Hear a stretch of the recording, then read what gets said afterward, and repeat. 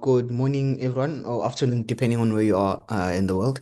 Welcome to yet another session of the data analytics sessions. I think we have the privilege of having Dr. Priya Aslan again, as well as Dr. Najam. So over to you, Priya. Thank you Yeah, so much. thank you. Thanks so much, Lebo. So Najam is not there because he's on some official work. So today I will handle the session 1 hour, and the second hour will be handled by Alexei, right? So Alexei will be taking that, and I'll take the first 1 hour. Okay. So I hope you can see my screen. Can you see my screen? Lebo, is Yes, the is the YouTube live stream on? yes. We also live streaming on YouTube. Okay, because I can't see it. I generally try to keep track of that. And okay, so it's there. It's somehow, I don't see it. Okay, it'll come, no problem. Okay, you've got, I can send the link. I can send the link on the chat. okay. Send it to me on WhatsApp, no problem. Fine. So, hello everyone. So, today we are actually going to be the first day where we'll actually be talking astronomy. The whole purpose of this course basically being so that you learn to code, so that you can actually use astronomy data. So, today is a very important talk because we'll actually talk about the different kind of astronomy data that is available, because this is what you need to keep in mind when you're planning your capstone project, because you'll see the different kind of data sources that we have. Okay, that's what I'll be talking about.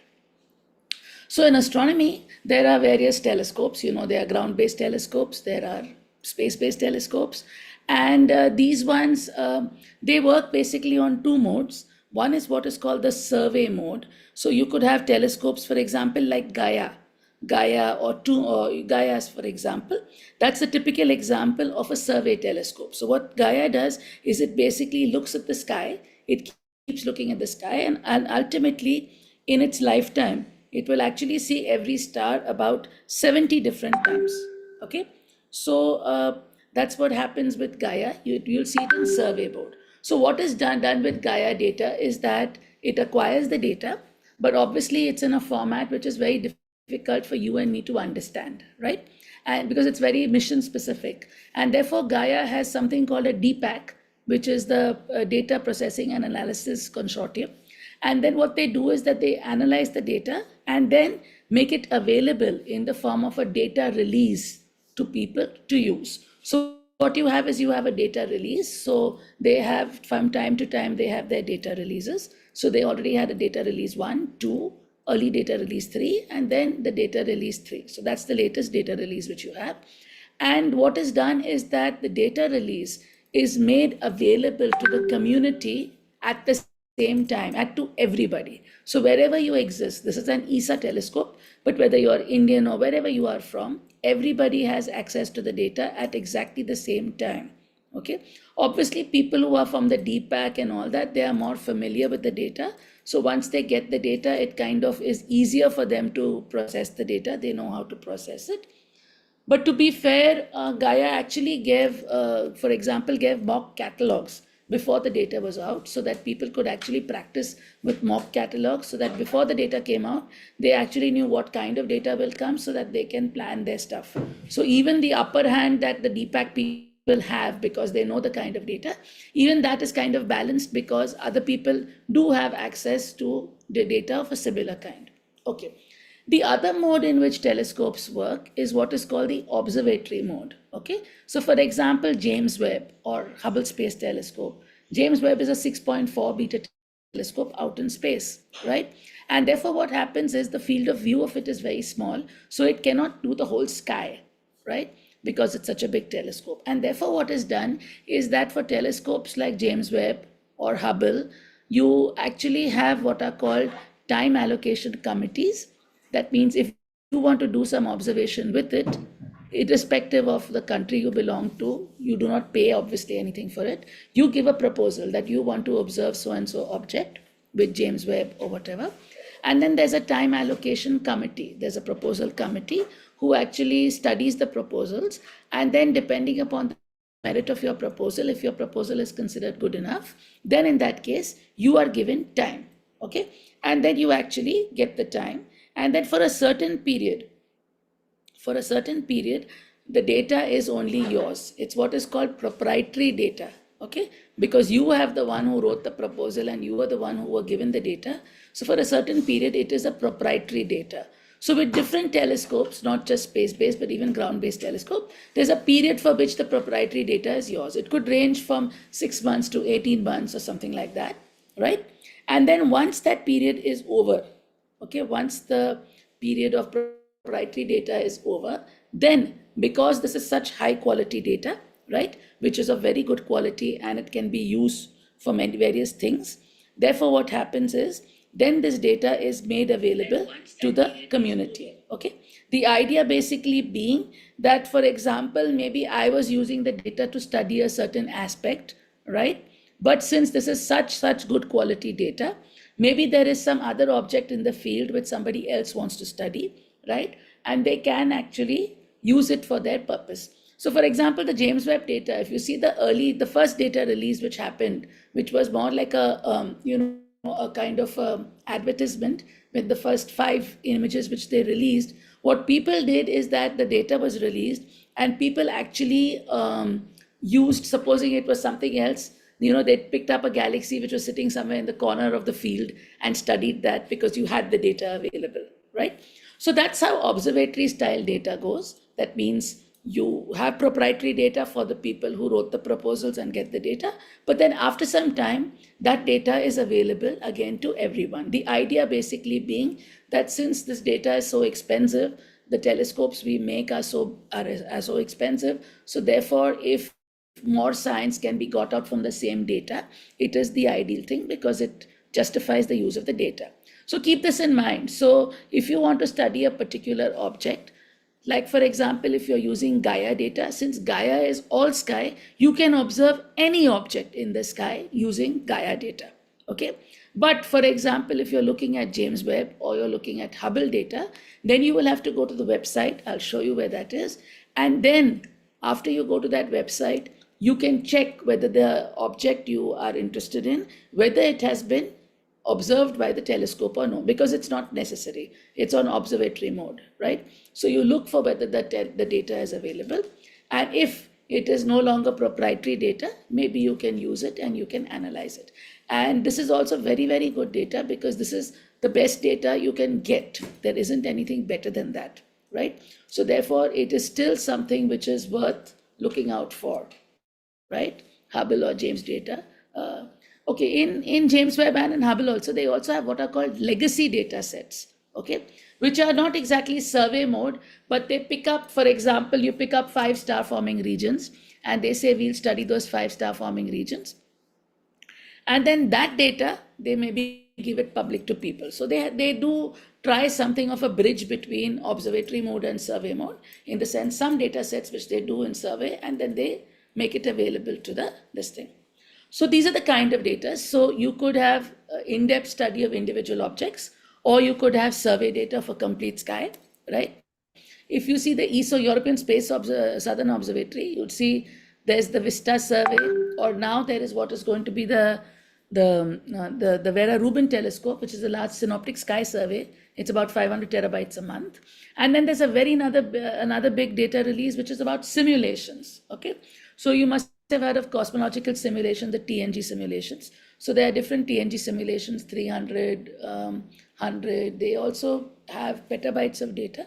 And these are also very important things because simulations are based on our understanding of theory, right? So then when you study simulated data, you can actually compare it with the data you observe. And in that way, it gives you a test of your theory because your theory has been fed into the simulations to actually generate whatever you want, right? So your simulated data, depending on the agreement it has with the observational data, you know how good your theory is, right? Now, how is this data kept? All this data, this is huge data, okay? So for this, what we have, we call them data centers, okay? So they are data centers all over the world, okay? And these are places where the data is kept, okay? Now, for example, I'll go back to Gaia. So Gaia is European Space Agency, so ESA. So ESA website has the Gaia data sitting over there, right? But because you could always have issues with a certain data center. Maybe it could go down for maintenance. It could also be that you are located not very close to that data center, right? And therefore, they also keep data centers all over the world from where you can access the data. So one could be because of proximity, you may prefer to use another data center. Or it could be, like I said, sometimes the data centers also have their own maintenance and the other things. So you may use other data centers. So there are a whole lot of data centers all over the world. When you actually look for data, by default, obviously, it chooses the one closest to you. But you can access other data centers too. Many of these data, because these data centers, they are so huge, basically a lot of that is in MySQL, okay, which is the data query language. So in astronomy, we have something called ADQL, which is astronomy data query language, which is very similar to SQL, okay. So you can query the data using SQL, ADQL rather, or you could also query the data using Jupyter Notebooks, right? So that's the standard way which we do. Okay. Now, what is the kind of data you could have? So the data could be images. That's the simplest kind of images, which are images, but the image obviously can be in different wavelengths, right? They could be in optical, in infrared, and whatever. So what happens is we make what are called data cubes, okay? This is something like a stack of bread. You have different slices of the bread, right? So what do? I look at the same thing. I see it probably in optical light, then I see it in infrared light, then I see it in radio light. So I see it in different wavelengths. And what do? We align all these images so that they all sit one on each other, and they differ only in wavelengths. So this is what we call a data cube, right? So a data cube is nothing like a slice of bread where each slice corresponds to the image in a different wavelength. So we just stack them all together so that if you want to, you can either you take the image like this, which will be the image of the thing, or if I have a particular source, I can then take it along the cube. So then I will get a kind of a spectrum, or I'll get the brightness of that source in different wavelengths. Because supposing I'm increasing wavelength like this and I have a source, I take all the points along this, I will get the difference in the brightness of the source in different wavelengths, right? So either I take it on XY or I take it along wavelengths. So this is typically what we do, which are called data cubes, okay? These are images. Okay. The other kind of data you could have are catalogs. What is catalog? Catalog is tabular data. Okay. So for example, you have a list of sources. You are looking at some object, you have a list of sources, their coordinates and their brightness and various things like that.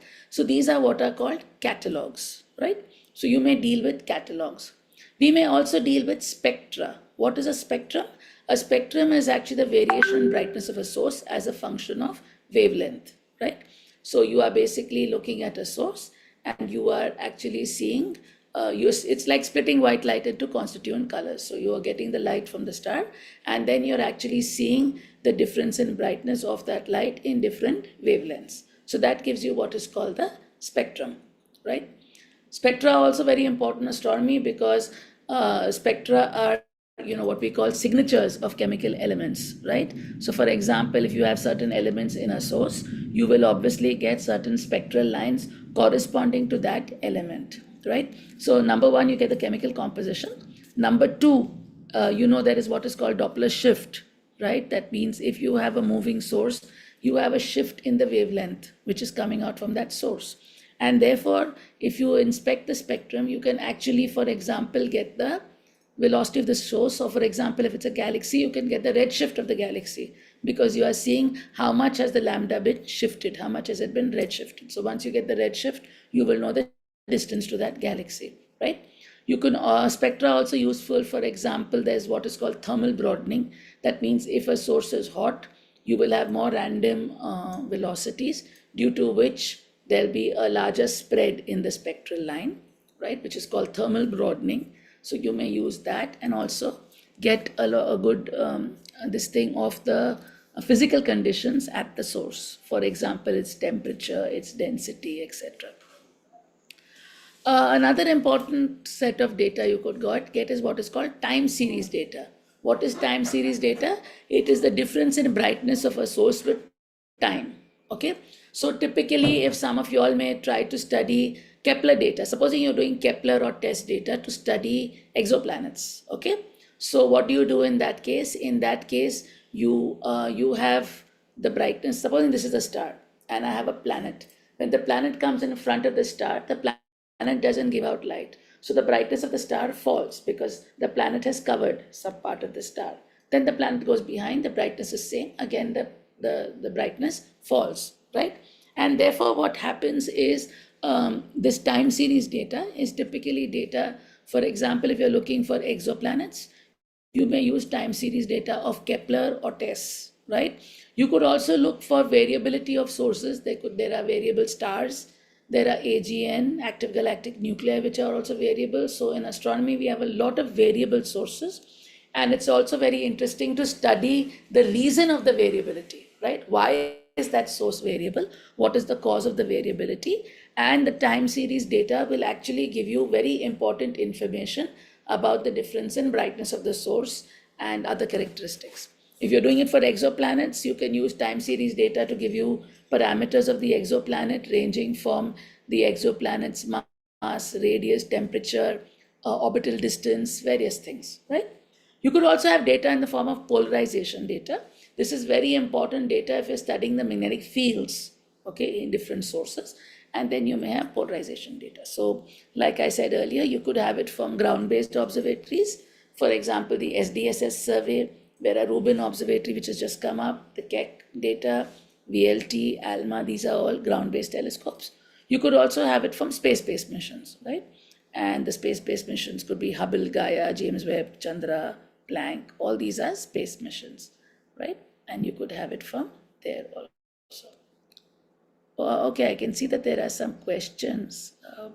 I will just see. Okay, but many of them are from AI. Okay. Okay, so Anushka asks, what is images data cubes used to study? So data cubes are basically images of the place, of the object, right? And what is the importance of these things? Depending upon the physical conditions, a source may be brighter in infrared, right? For example, if it's a young stellar object, it will be brighter in infrared. So you can compare the brightness in optical versus you will not see that object maybe in optical light, right? Because it's an infrared source, but you will see it in infrared, right? So then there are some sources which will be observable in some wavelengths and not in some wavelengths. And basically it's the data you get from an image. So a data cube basically is an image in a given wavelength. So you use it for that. Okay, now let us talk about images. Since we were talking about images, we'll talk about images.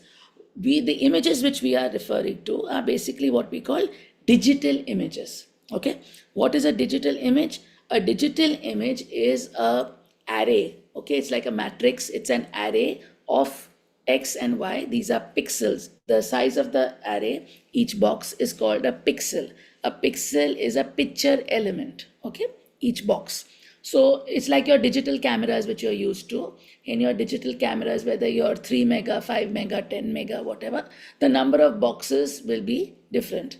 And obviously, the smaller the boxes, the better will be your resolution, right? That means you will be able to see the object better if your boxes are smaller. If they are big, you will see it lesser. Okay? So it's a 2D array of these these things. And what is it? At every point, there is some value of brightness. So every pixel, XY pixel, has some value of brightness. Okay? That's the 2D array.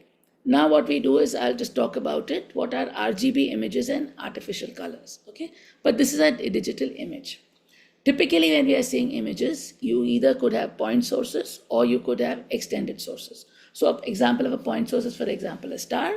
Extended sources, for example, we're looking at a galaxy. That is an extended source. Okay. Now, how do we basically get these images? These images are got using what are called digital cameras. Okay. And digital cameras were discovered in the 1960s, 70s, where they actually, by Boyle and Smith, and basically the idea is these are called charge coupled devices. Okay, CCD is a charged coupled device. And basically what does the charge coupled device do? Is it's like you have a grid. Okay, let's say I have a grid of buckets. Okay, I have a grid of buckets. And what am I doing? I am basically measuring the amount of water that falls into each bucket. Okay, what are these things of water? These are basically photons. Okay, so what you are doing is you have this grid of buckets. Okay, and you fill each bucket. Okay, so what you fill in each bucket is like a count. It's a brightness count. Okay, why is it brightness? Because it is counting the amount of photons. So obviously the more brighter your source, the more amount of photons you are going to get at these different points, right? Okay, so now what happens, if you see, this was our image, our digital image. This is your grid, which is your buckets. I am filling, counting the amount of photons I get at different points. Okay, now in reality what we do is that these buckets, right, basically it's based on photoelectric effect, right?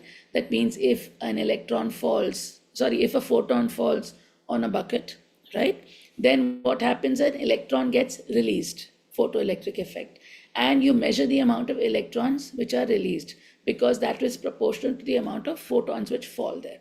Okay, now what happens is each of these buckets have some characteristics. Okay, for example, a green bucket will be sensitive to photons lying in the green wavelength range, which is like 5,000 angstroms. Okay, if you are red, right, a red bucket, it would be like 7,000 angstroms, longer wavelengths, and the blue one will be like, say, let's say it's 3,000 angstroms. Okay, so what happens is each of these buckets are sensitive to different wavelength ranges.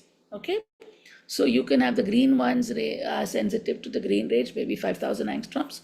Blue ones are sensitive to blue range, say 3,000 angstroms, and red is sensitive to red range, which is 7,000 angstroms, right? So what happens in this grid? You actually have all these different photosensors where you're counting. So for example, here you see this, if it's a blue filter, if it has what is called a blue filter, it will only count the amount of radiation which falls in blue wavelengths. If it has a green filter, it counts the radiation falling in green wavelengths. If it's a red filter, it will count the radiation falling in red wave. And then what happens is the final image you see is a combination of all this. This is how your camera, which you have, right? The cameras which you use, the CCD cameras, this is how they actually have this. So they have a grid. It is approximately half all the pixels are all in green, because green is the in-between wavelength. And then 1/4 is in red and 1/4 is in blue, right? So that is the, you actually have this array, right, where you have these different filters, and each of these filters have a different color, and accordingly they add it up so that you get a colored image. Okay, in astronomy we do not do that because we do not have so many photons. So what we do instead is we take one image, we put a filter on the CCD. So we take one image in red, one in green, and one in blue. And then we stack these images together, right? So then for each pixel, we count how much came in green, how much came in red, and how much came in blue, add it all together to actually get my color image. Okay. So our digital cameras are slightly different from astronomy images. In digital cameras, we have this whole grid, okay, of red, blue, green. But in astronomy images, we actually take an image in each different filter. So you will see that in the images that you actually, so what you do is you take filters in succession. You take a red filter, you take a green filter, you take a blue filter, and then you stack them all up together. Okay, and then when you stack them all up together, you get a image. Okay, now we also add what are called artificial colors. If you look at this image on the top, you can see left and right. You can see this left image is the image of Pestilent 2. This is a cluster. Okay, and you can see that on the right you can see the same thing has been observed by Hubble. Okay, so you can see the image with Hubble, and here you can see that in this case you can see that this is an optical image, right? And therefore you can see here on the left, this part, this is some kind of an infrared cloud. So in optical images you obviously do not see infrared. All that infrared does is it diminishes the light. So you see lesser sources over here because there is this infrared cloud. But if you were to take this more in with this thing of with infrared, etc., then you can get these things. So this is with Hubble, so infrared or ultraviolet, and you can actually see these parts, and it comes up like that. So in astronomy, there is, you must be aware that when you're generally using images, they could be of JPEG format, PNG format, TIFF format. These are all the formats for images, right? But in astronomy, we have our own format for images, which is called FITS. FITS is the Flexible Image Transport System. So when you're looking at astronomy images, or you download an astronomy image from whatever source you do, you will actually see it is a .fits file. Okay, it's not .png or this thing. It is called a .fits file. Okay, so this .fits file which you have is is uh, is the format, and this format is a very unique format, because what it basically does is you have the data in the form of a two-dimensional array, right, which is the image, but along with that it also has metadata. Okay, so in astronomy we have a concept of metadata. That means you have the image, and metadata is data which describes the image. Okay, what kind of an image it is, for example, which telescope did you take it from, which filter is it in, how long was the exposure, when was it taken, which part of the sky was it studying, what is the RA deck. So these are what we call metadata. So in FITS files, what happens is you bundle up the image with metadata, etc.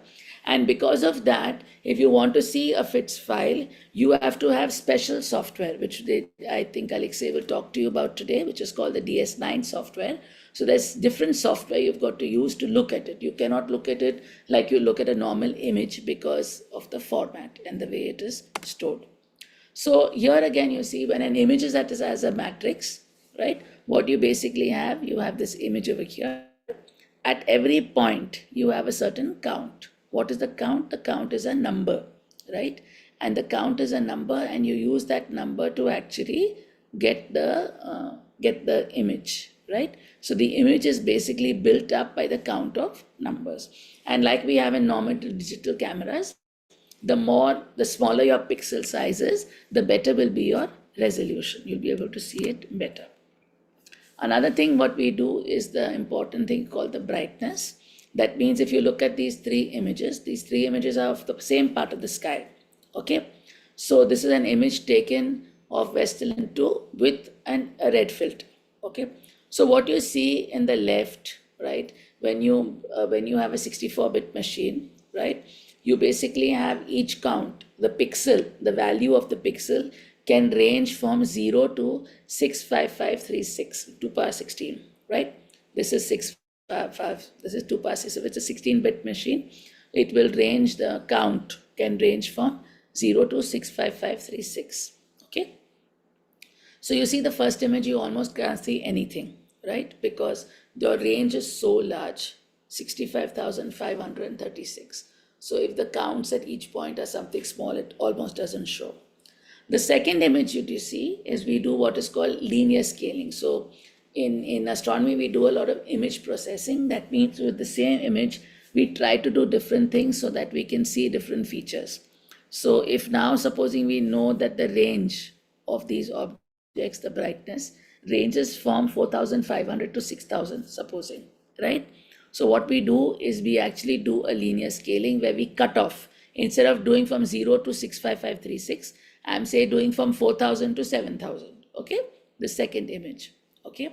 So now what happens when I'm doing it 4,000 to 7,000, that is my range, then you see my sources show up, right? Because the source's brightness range is only from 4,500 to 6,000. So in the first image, we could not see it. The second image, we can see it a little better, right? Now to enhance the second image, you can also do what is called square scaling. That means at each point, we take the square of the count, okay? So that means you're further enhancing the value on each count, right? And then when you further enhance, you could do what is called square scaling, and you get an image like this. This is done very well with DS9 also, which I think Alexei will show to you, and you will get to know how that happens. So here, for example, I'm showing you an image of an object called NGC 281. This is an object which I studied, which is available in X-ray data. So the purple part is X-ray data, And the other image which you can see behind is infrared data from Spitzer. So if you actually see this object, this is how it looks in optical. Okay, this is a very young cluster, so there's a lot of gas and dust around it, and therefore you can see that it's obscuring your view. You cannot see it very well. This is an optical. This is called the Pacman Nebula, NGC 281. Now the same object, if I see it in Spitzer, it looks like this. Okay, and the same object has also been observed with Chandra in the Cyan, this square which you can see, that is with Chandra, and you can actually see it with that. So with Chandra you'll see it like this. So if I add on all these images, this is the infrared image, this is the Chandra image, okay, and you'll see it like this, and this is the Chandra image. Okay, so what we finally do is we overlay these two, and with this you can actually see so this actually is a combined image. This is an image of infrared with over it there's an X-ray image. Okay, and you can see this both sitting one on the other, right? So okay, so what happens is in astronomy we do what is called image processing. That means if you have an image, right, there are various things we do to the image to process it so that other features in the images stand out, right? So that we start seeing these other features, because otherwise we can't see them, right? So we actually do these things so that we can see these things. Okay. Okay. Yeah. Yeah. So that's something about images. We won't do anything more. We'll move on to now talking about spectra. So like I told you, what is a spectrum? A spectrum is a plot of intensity versus wavelength. Okay, that means if you have a source of light, this is the red part of the spectrum, this is the blue part, this is the green part of the spectrum. I am trying to see what is the brightness of this source in different parts of the spectrum. Okay, but you can see that there are certain points where you get these black lines. Okay, these black lines are what we call absorption lines. Okay, and in not in this case, but in some cases you could also have what are called emission lines. So you could have emission lines and absorption lines, right? Like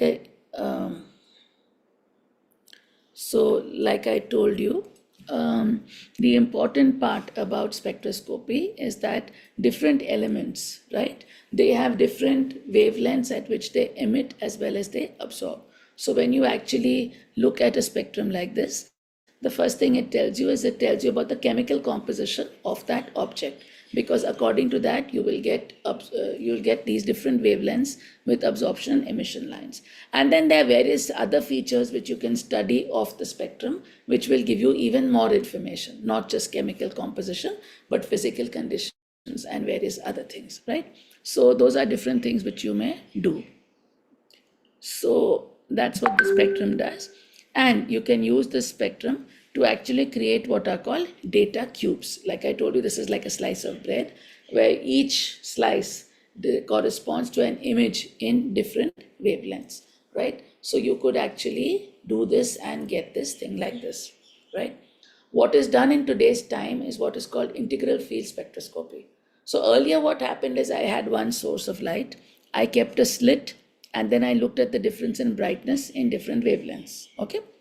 Now what happens is the problem with that is very expensive for the telescope. Why? Because I have this huge telescope and I'm using it just to get the spectrum of one object, right?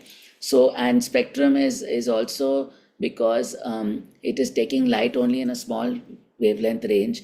Therefore, what happens is the number of photons is very small. And therefore, when you're taking spectra, you generally have to expose your telescope for like 1 hour, 2 hours, for a very long time, right? And therefore, if you're doing spectroscopy for objects, in a night, you can barely do a spectrum of like 6 objects, not even 6 objects, very few objects, right? And therefore, now telescopes have what are called integral field spectroscope. What does it do is when it looks at an object, it takes parallelly the spectrum of not one, but for a whole range of objects, right, in that, so that you're getting multiple spectra at the same time instead of doing it from one. So each spectrum will actually give you a pixel, right? Sorry, each pixel will give you a spectrum, right? You'll get a whole range coming from different pixels. So that's how spectroscopic data are done. And nowadays, if you do it, um, you will actually what do you say? You use it and you can get the spectrum. So, for example, I'm looking at a galaxy cluster. I use integral field spectroscopy. So, so you can actually do it. So, if you're looking at data of that kind, you will actually have to do this.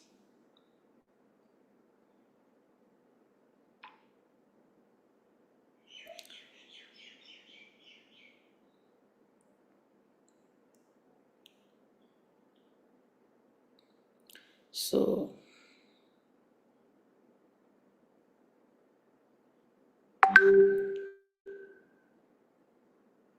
so you actually do this. Okay. The next set of data which I told you is what is called catalog data. So this is tabular data. You'll have data in forms of table. For example, I have a cluster here. I have the RA, deck, galactic longitude, galactic latitude, this thing, proper motion, RA, proper motion, deck, various parameters, right? So this is what the catalog data. So if you want to use catalog data, you will also have to analyze it in a different way. There is a special format which is called the VO table format, in which we actually do catalog data. Otherwise, you could also get catalog data as a normal CSV file. A CSV file is a comma separated variable file. So you may get data like that. And your CSV file will also work if you want to get this data and analyze it. Okay. So again, with all these things can be done with your Jupyter notebooks. The other kind of data we spoke about is what we call time series data. So for example, this is telling you the brightness of a source with time. So how does the change of this thing? So again, this is given to you in tabular data format, where you have time and you have brightness on another thing, pi of t, and you use this to actually plot the difference in brightness. Okay. Now, what are the tools we use for all these data sets? Since you saw we have images, we have catalogs, we have time series, which is again catalogs. So what do we do? So image visualization is standardly done with a tool called DS9. DS9 basically stands for Deep Space 9. Okay, and Deep Space 9 is inspired by the Star Trek series. Okay, which obviously astronomers love, and that's why it's called DS9. But it's a typical tool with which you can display or look at FITS images. Okay, now it's not just DS9. If you actually see, there are many more tools with which you can actually look at FITS images, but one of the standard ones is DS9. You can also use something called Aladdin, which is again a virtual observatory tool, which will display you images of any part of the sky in whichever wavelength range you wish, right? So you can choose the wavelength range in which you want to see, and you can look at those images. If you want to look at catalogs, you can use something called TopCat, okay? And that will this thing. You can also handle this data using programming languages. The standard language used is Python, and there are various Python modules and libraries. For example, there's something called AstroPy, which is basically Python module specifically meant for astronomy people, right? It not just does coordinates transformations, various analysis, it does fitting, it does various things, right? In Python, you also have other packages, like there's one called scikit-learn, where you could use machine learning tools from scikit-learn, or there are stats packages, right, which can be used for statistics and analysis of that kind. And there are things for curve fitting, model fitting, all this will come in Python. So the biggest advantage of your using Python for this purpose is because in Python there are already modules and libraries available, right? And typically, for example, if you're analyzing Kepler data or test data, these data centers also share Jupyter notebooks, which have tools to do the basic kind of analysis you may want to do if you are analyzing their data, right? So that's the right way to go using these tools. Okay. The metadata, which I already told you about, that for all the data, whether they're images or spectra or whatever, there also exists metadata, which is obviously very important.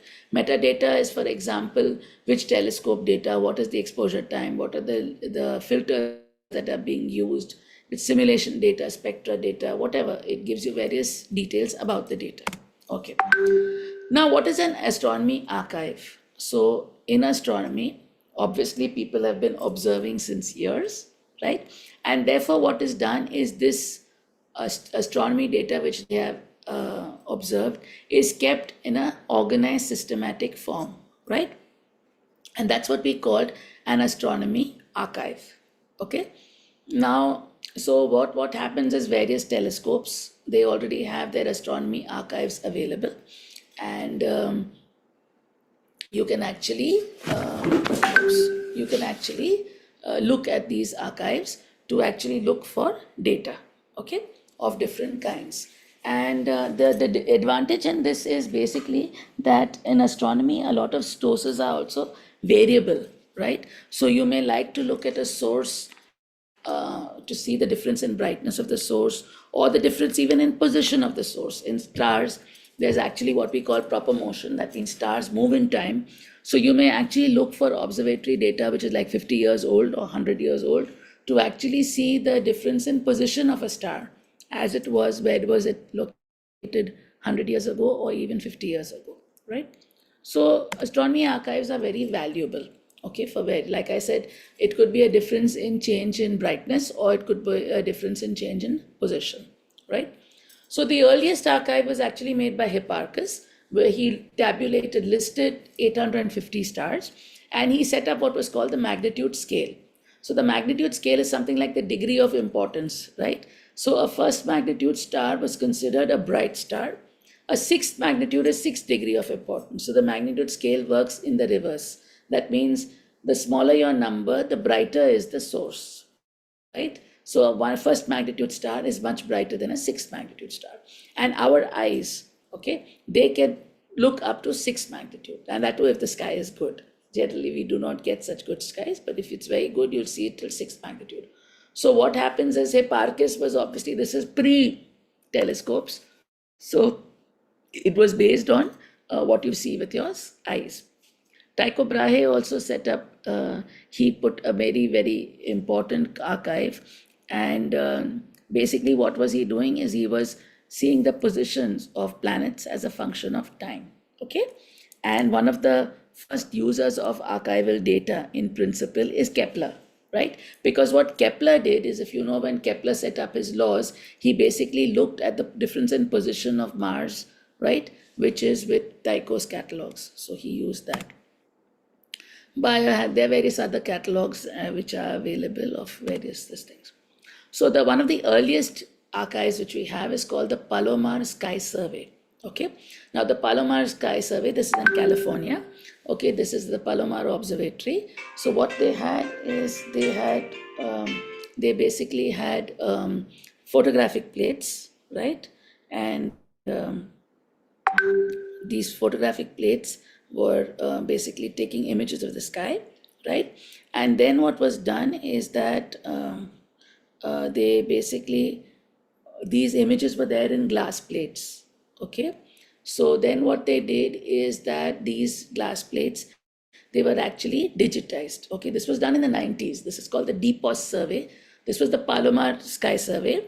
And then they digitized it in what is called the DPOS survey, where now all those photographic plates are available in the form of digital data, okay? So you can actually see the brightness of all these objects. So it actually covers 2000 these things. Okay. So basically what was the advantage is, now because we had digital data, right, with the CCDs, a CCD, typical CCD looks something like this, a small thing, and you're basically getting all your sources, and you're actually looking at the brightness, okay? And basically because of this, we have so much of digital data available of astronomy that it's very, very large. We don't have the time today, but there are a whole lot of citizen science projects where people are studying this also. Citizen science people are non-astronomers, but who can actually look and analyze data and get results. So the CCDs, like I spoke about earlier, these are excellent things because you are getting digital data, right? I showed you the pixel elements, so you can actually get digital data. These pixels have a very high sensitivity, and you will actually get for every photon which falls, you have what is called 80% quantum efficiency. So for every 100 photons, 80 of them get detected, and it's a linear this thing scale. So it's a very good thing to actually get numbers. Similarly, we have data in other wavelengths also, in X-ray, in radio, etc. And what has happened in astronomy is that technology has gone hand in hand. So in getting our data, we are basically, with technology, we have got more and more digital data with different advantages. Okay, so like I told you, astronomy archives, the best part about astronomy today is that these archives are in the true spirit of science. Why? Because it's basically available to everyone. All the data which is there, it's available online to anybody, everybody. You do not pay to get any data or anything like that. It's all available to you. Like I said, there could be a proprietary period or things like that. Or if it's a survey telescope, you could have an instrument group which gets the data first. But otherwise, in principle, it's available to everybody. And therefore, like I said, there are various citizen science projects where even non-astronomers are encouraged to actually do astronomy with this archival data. So how do we access these data archives? Okay, so one of the method is called Vizier. In Vizier, what happens, you all will all get this presentation. It's already there on that website, so you can use it. Vizier basically has a library of data which is based on, which has been published. Okay, so supposing I observed some cluster, okay, and the data which I used or which I got, with on basis of which I wrote the paper, I can make it available to everybody through this Vizier website. So if you'll go through Vizier, you look for my paper, you find my paper, then through the website, you can actually access the data which I got. So you can actually, in principle, use it to reanalyze it and get my results. So in case you have an issue with the methods I've used for analysis, etc., you can also rerun it and look for it. So that's in some controversial papers, people have actually done it, where you can actually download the data, analyze it, and see whether you actually get it. For example, say with gravitational wave data, you can actually access the data and see whether you do get the same results that other people get. Or it also happened with data for phosphine on Venus, where other people also downloaded the data and then they tried to look for loopholes in the data analysis techniques. There's also what is called NET, which is the NASA IPAC Extragalactic Database, which has multi-wavelength data for millions of objects. There's the Sloan Digital Sky Survey, SDSS. There's the TUMAS survey, which is infrared data. The ESO Data Archive, this is European Southern Observatory, all their telescopes. Then there's the MUST, which is the Multi-Mission Archive at Space Telescope Science. This is a very popular website. This is the one which has the James Webb data, Hubble data, Kepler, TESS, GALEX, all the space telescopes which have been run by NASA. Okay, they are all sitting on the MUST archive. Similarly, you have the 2-degree field galaxy redshift survey, the IPAC. IPAC is NASA's infrared submillimeter astronomy projects, and there are various websites like that. So for example, this is the website. Each website is, they are similar but slightly different also. So if you go to the Hubble website, this is called the Hubble MUST, multi-archive space telescope missions. So you can go on to this website. Like I told you, it will give you Hubble data, James Webb data, TESS data, Kepler, and Kepler 2. The second phase of Kepler is called K2. So all this data is sitting over here. That's the Hubble MUST, this thing, which is giving you all these data sets, and you may use it. It also has Gaia data, and which is European Space Agency. This is Gaia, the telescope which I've been working with for a long time, and that's the data with that. In India, we also have the GMRT, which is a Giant Meteor Radio Telescope. So this is an example showing you for GMRT, but there's similarly one even for HCT, the Himalayan Chandra Telescope. So if you go to the GMRT website, you can actually go to the online archive, and you can actually put in, if you know the proposal code, you may put in the proposal code. If you don't know that, you can look for the data in different formats. And if you need help also, you can write to them, and they will be very happy to help you look for the data you are interested in. There's the Chandra. Chandra is a space telescope which gives you X-ray data, and you can go to the Chandra website. The Chandra website actually has the data archive where there are various tools which can be used to actually access the data. Okay, and there is a point source catalog. There are various things which are available. It's a very useful catalog. And in all these data centers, since like I told you, they are built to be similar, but there are little intricacies in each of them, and therefore if you need it, you can what do you say, you can uh, look for if you want doubts or something, you can always write to their helplines, and they generally always answer it. There's another very popular data set which is called the Sloan Digital Sky Survey. This is a ground-based telescope, and you basically have it is observed about 1/3 of the sky, and it's very good for various data sets, and it's been used a lot by people. The virtual observatory, which is something we have been dealing with, is basically a multi-wavelength digital sky. Okay, basically it's a way of adding up all these data sets. Okay, so that you can actually search and visualize these data sets. So how is it done? There are various tools, so which we can talk about it. So for example, here you're looking at the Milky Way in different wavelengths, and if you want to access that data, how can you access it? Basically, you use what are called virtual observatory tools. So like I told you, the virtual observatory is made up of different components. One component is the data centers. These are the places where the data is sitting. Like I told you, you may have more than one data center for a particular data set for different reasons. One could be the proximity, which is the data center which is closer to you. Another thing could also be because data centers can have their own maintenance, etc. So there could be times when a particular data center is down and you may need to use another data center. So the same data center is available in more than one places, right?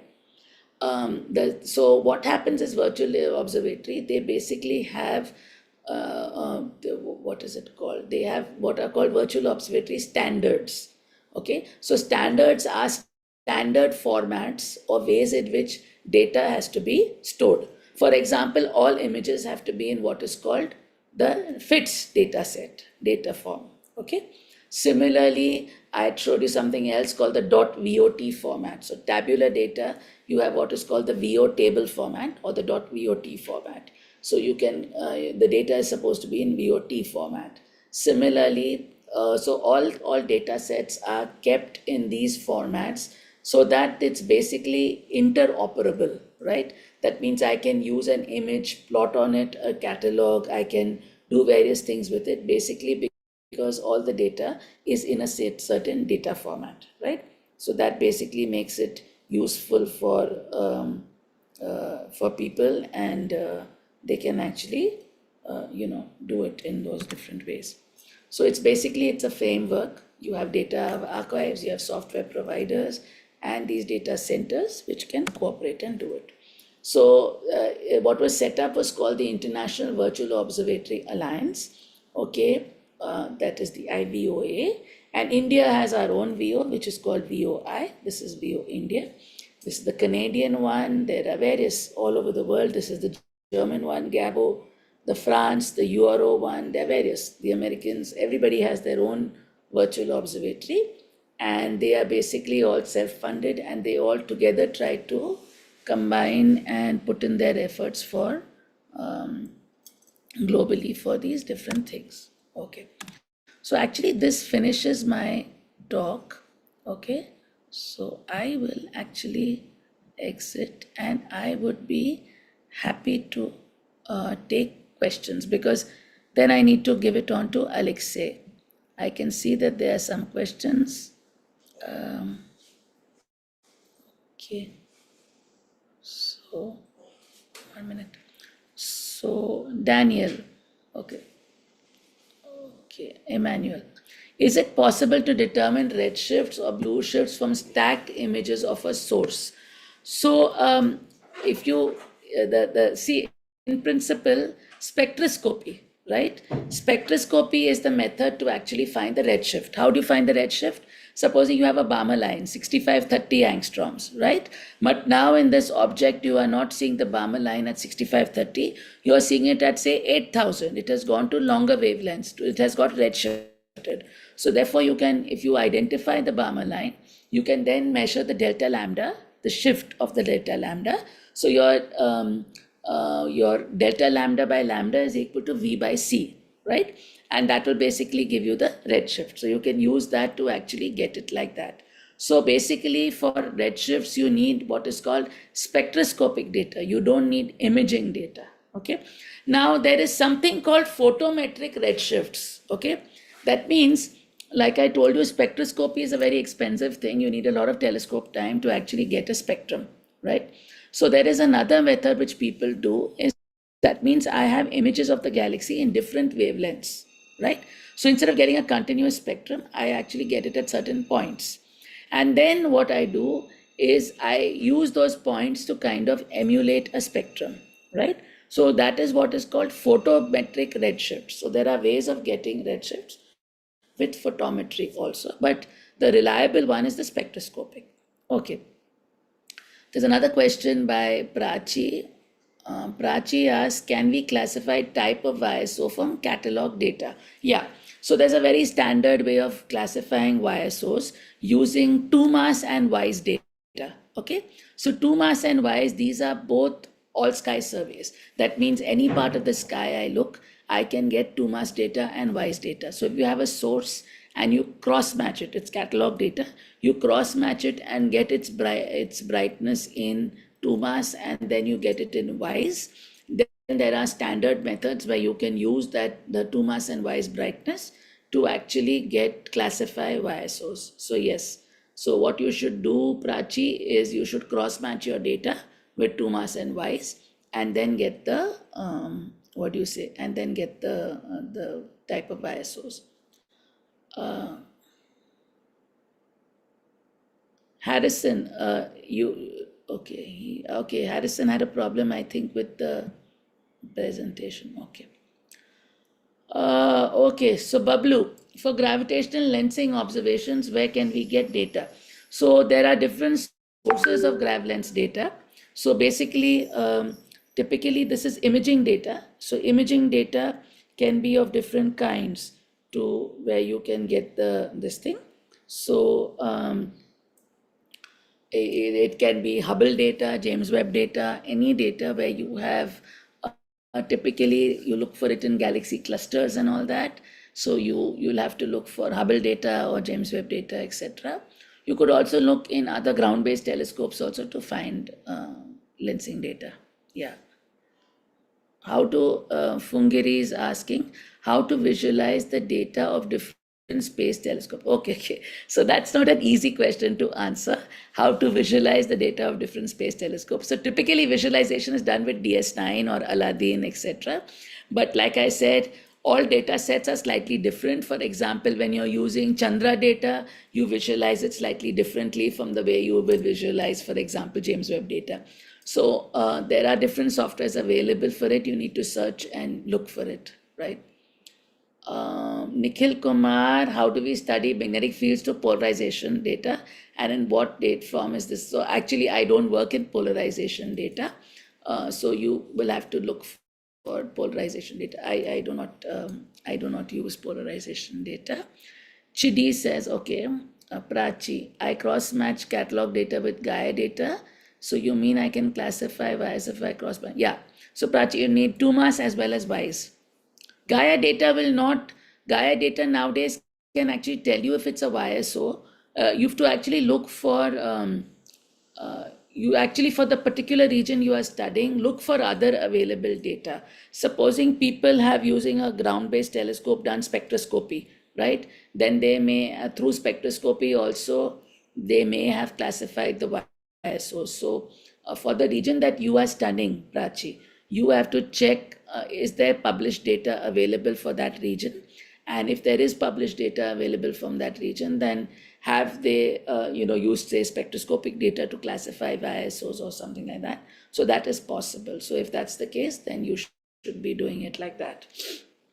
for that. Yeah, so you look for available spectroscopic data for the region you are studying. If that is available, then those kind of ISO classifications will be far more reliable than the classification with two mass and wise. That would be my advice. Yeah. So I don't see any more questions. Are there any more questions? Harrison, your question was, I think, related only to the presentation, right? Something, some software problem you're having. So, Yeah, hello. yeah. Thank you for your wonderful presentation. So I want to ask, is it possible for us after, let's say after the capstone project, if I want to work on weather and climate condition across Africa or Nigeria per se, is it possible for me to get data and from, let's say, Gaia, and No, no, also but you want to execute do weather most of, and climate conditions, no? yes. Then how will Gaia data help? Okay, all right. Because Gaia data Thank, is for stars. How will it give you weather, climate conditions? I don't think it can give you. Because it's not even a ground-based telescope, it's a space-based telescope, so it's not going to give you any atmospheric data at all. So Gaia will not cannot help you for atmospheric data. No. okay, so which of them do you prefer? Or Sorry? hello, Yeah. which of the data center do you recommend if I want to work on a project like that? On weather data, I actually do not know. I will have to check and tell you. I can check and tell you, but I do not know. I really don't know. It's not my area. I'm sorry. All right, Yeah. thank you, ma'am. Welcome. So, Anushka, you were asking for finding redshift from spectroscopic matter. We need to know the actual wavelength. Yeah. So, you have to identify where is the Balmer line in your spectrum, and you know that the rest wavelength of Balmer line is 6530. So, then you measure what are you getting in your data, and then you shift it. So, you know the actual rest, what is called the rest frame wavelength of a spectral line. Compare that with the wavelength which you're observing, right? So, then you'll get it in that way. Okay. Who's this? Okay, yeah, Bablu. Okay, yeah. So gravitational lensing. Yeah, there is data obviously for gravitational lensing. You'll have to search for it. Okay. So I'm sorry, I need to stop now because I now need to give the stage to Alexei. So Alexei can take over. And thank you very much. Bye bye. Alexei, you can Hello. start. Hello, everyone. Can you hear me? Yes, we can hear you. We Yes, can. yes, Oh, we can thank hear you. you. Thank you, Priya. It's, Yeah. it was very, very good presentation. I love it too. I Thank you. was hearing a bit. Uh, so, as I can see your questions in chat, a lot of cosmology. People love cosmology, as I can see. Yes. Okay. Okay.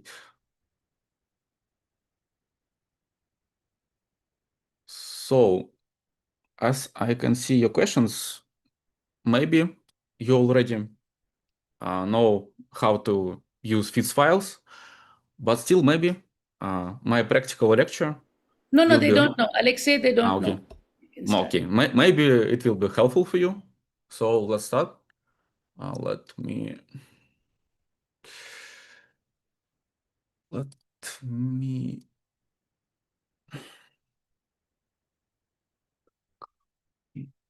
share my screen. Yeah, Alex, we can hear you. Oh, hello, Daniel. Yes, can hear you. Yes, I can.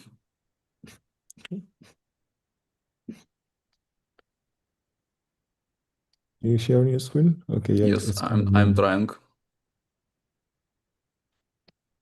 So yeah, it's visible now.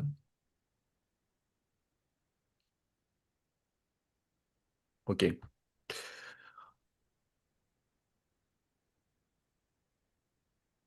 So you can see my presentation. Yes. Okay. Maybe just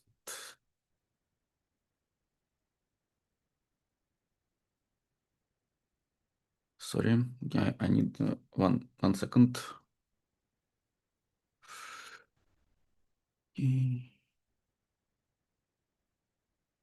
So you can see only presentation or whole screen?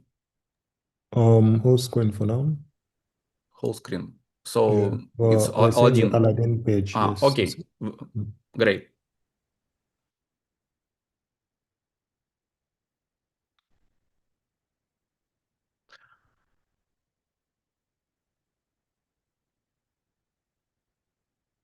Okay, here you can see two mass image of whole sky, but actually how we can access this data. Okay, accessing survey data. Usually data from almost all major surveys available immediately or become public after some time, maybe 1 or 2 years. Of course, Gaia release data almost immediately, but other important online resources for this purpose you can find like Skyview, Simbad, you of course already know it, Vizir, IPAC, or Aladdin. Of course, survey data are useful for both for comparing the overall picture of processes in galaxy, universe, and of course for planning future observations. Before starting a new observing campaign, it is advisable to search through all available survey or archives data for the object, region, or field of your interest. So my favorite one actually AIPAC. We will go to it before. I will tell you about these files because Priya give to you a very good presentation about these files. So, for example, we have IPAC from NASA where you can find any data from wide spectrum of surveys. For example, Spitzer, Weiss, of course, you can see without my comments here. So, but how we can get actual data here? Okay, I already opened it, but if you want to search it, for example, RCRA,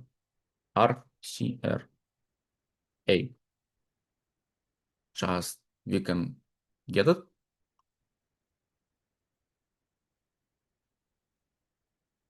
Okay, we can see it.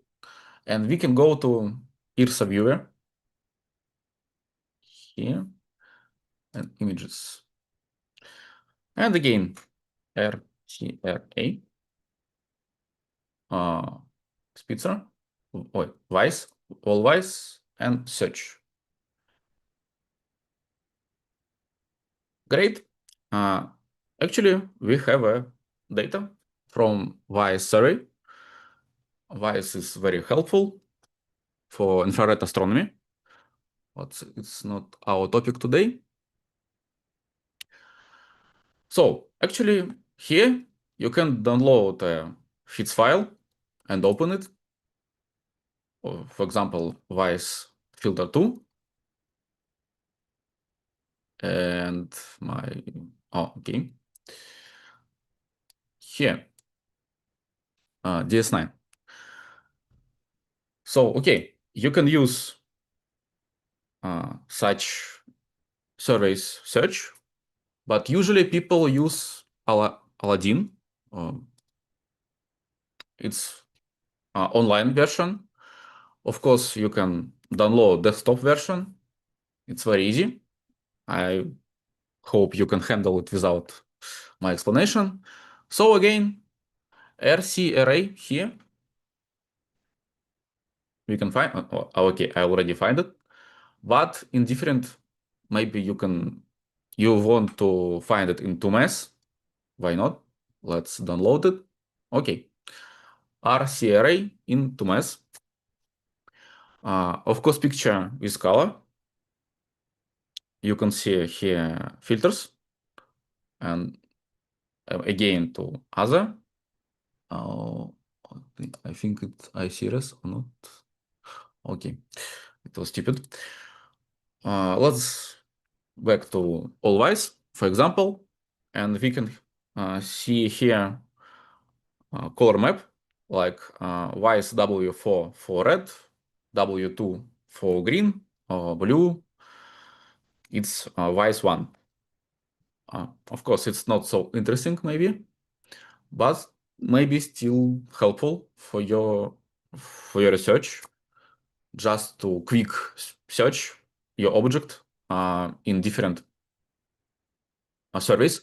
Of course, you can do this in Python, but sometimes it's much more time to do this in Python. So use Aladdin, don't forget about it. And of course, IRSA, where you can download just every file you want. For example, if you want another object, it's very easy, interactive for every people. Vega star, it's too bright, as you can see. We have a blooming here. So, for example, you can use Vice only in as a high-level signal. So let's go to my presentation back.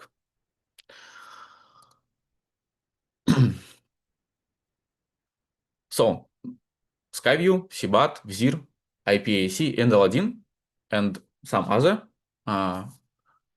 pre-told about them. But actually, if you will download files, what it will be? Almost all, digital astronomical data are almost without exception stored in and archived as FITS files. So what about FITS? What is it? It's a flexible image transport system. Format was standardized in 1981. Of course, with subsequent standard updates in some years. So FITS files can store arbitrary data arrays, including spectra data, tables, of course, both text and binary, images, cubes, hypercubes, and other data structures. For example, sorry, CCD images, spectra data, as I told before, even radial spectra and radial maps, optical and infrared interferometry data, which are very interesting because for them we have a OI FITS files, some in other files, but it still FITS files. A single FITS file may contain several data blocks of different types. Metadata stored in file headers, information about image, atmospheric conditions, detector values in instruments and telescopes, of course, processing history maybe, and other parameters. The format was designed with, of course, long-term preservation in mind on time scales of hundreds of years or more. And of course, libraries for working with FITS files exist in many programming languages. So let's look in FITS file structure. Oh, again, sorry me. So we have a FITS file, and of course, we have a header data unit. It's a header plus data. And remember, one HDU is used for each data block. So if we have a maybe sometime we have a image array and table in one fits file, it's a bit crazy, but maybe. So you will have a HDU for one HDU for image and one HDU for table. So of course, HDU can contain image array and some conforming extensions. It's usually tables. In binary, it can be binary table or ASCII table. What about image? Of course, an image array stores multidimensional numerical data. In astronomy, this is commonly used for CCD images, of course, maybe detector frames, spectra represented as arrays, data cubes, and of course, other pixel-based datasets. And of course, every header have a keyword list, and every keyword have a name, value, and comment. We will call it just a header.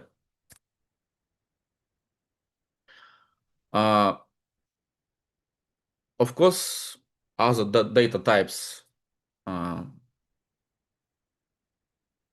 like random group can be stored in fits file, but it's like a historical structure in fits files, and it used to grouped array data. So yes, they are now mostly of historical importance, but may still appear in legacy radio astronomy data.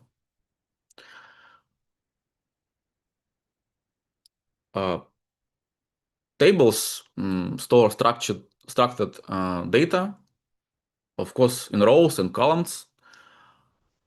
They are commonly used for catalogs, source lists, observational logs, spectra, and maybe measured parameters. Of course, as I told before, it can be a ASCII table. An ASCII table stores tabular data in plain text form. It's, of course, human readable, but can be less compact and less efficient than a binary table.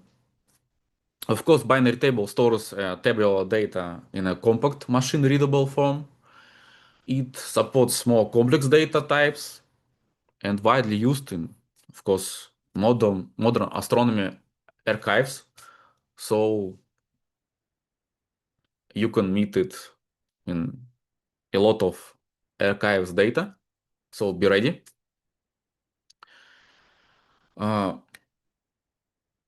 Of course, we have a fits field. It defines a type and structure of a column and table. Its fields may contain logical values, characters, guess integers, floating point numbers, complex numbers, or variable length arrays. It's not really common, but still you can meet it. So let's move next.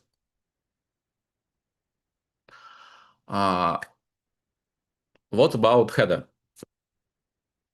Of course, at the beginning of each HDU or header data unit, a header is always stored, always. I guess you can't even save fits file without header, without minimal information in header. So, as I told before, header consists of keyword value pairs with optional explanatory comments. For example, exposure time in seconds. Here is a keyword, value, and comment. Maybe just coordinates, like right ascension,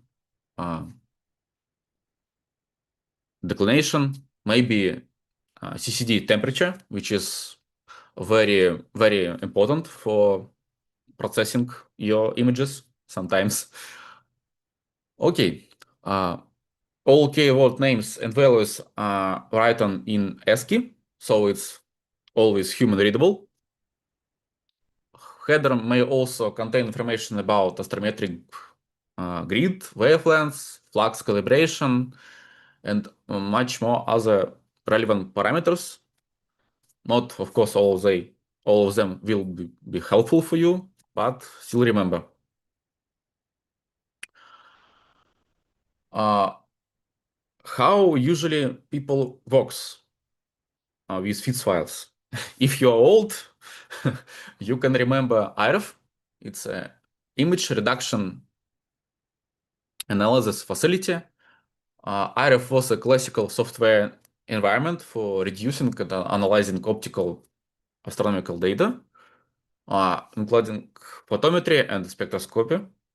For this course, it's important to know that IREF existed and still exists, and played a major role in development of astronomical data reduction workflows. Of course, a lot of IREF legacy contains in AstroPy, PotUtils, and CCD-Proc. So many standard ideas and algorithms used in IREF image calibration, like aperture photometry, background estimation, of course, source detection, and basic reduction procedures, are now implemented in modern Python-based tools. Of course, today, practical astronomical data analysis is increasingly performed in Python, of course, using libraries such as AstroPy, PhotoUtils, CCD-Proc, SpecUtils, and other related packages. Maybe you know some of them, maybe already use some of them. Actually, IREF look like this.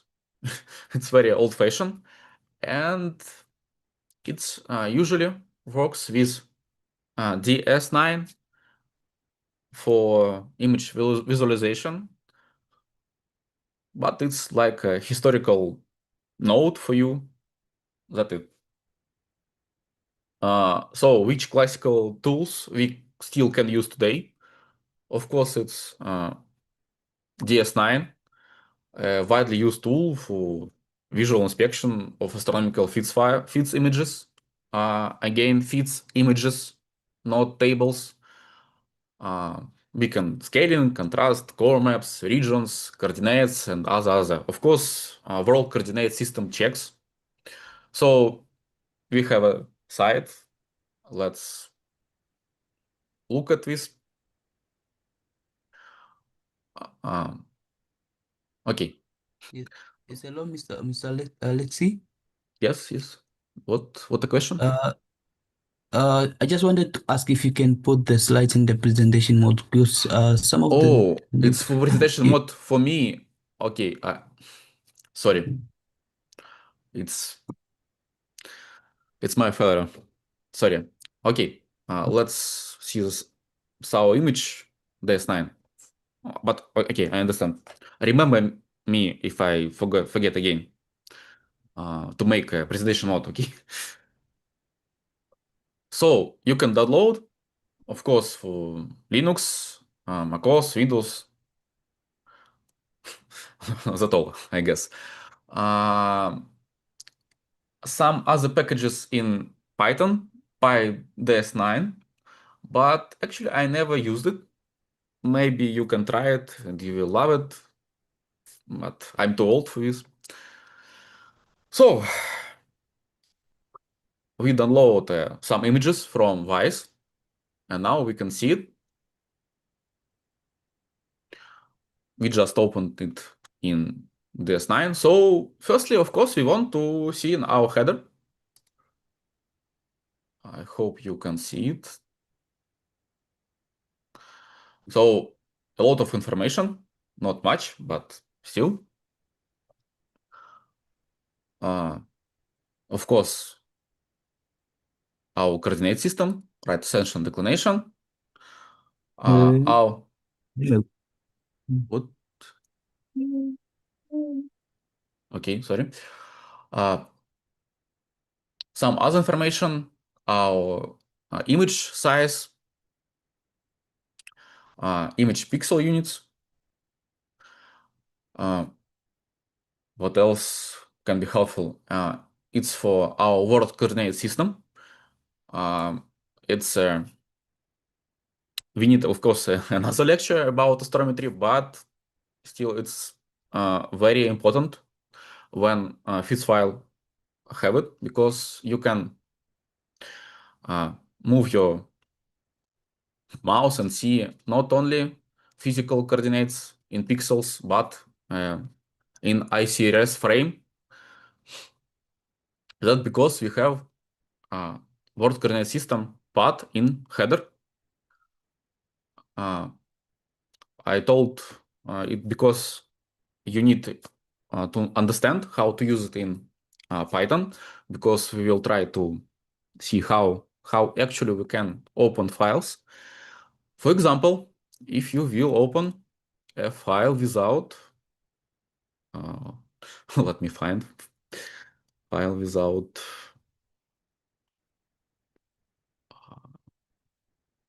coordinate system, world coordinate system. Okay.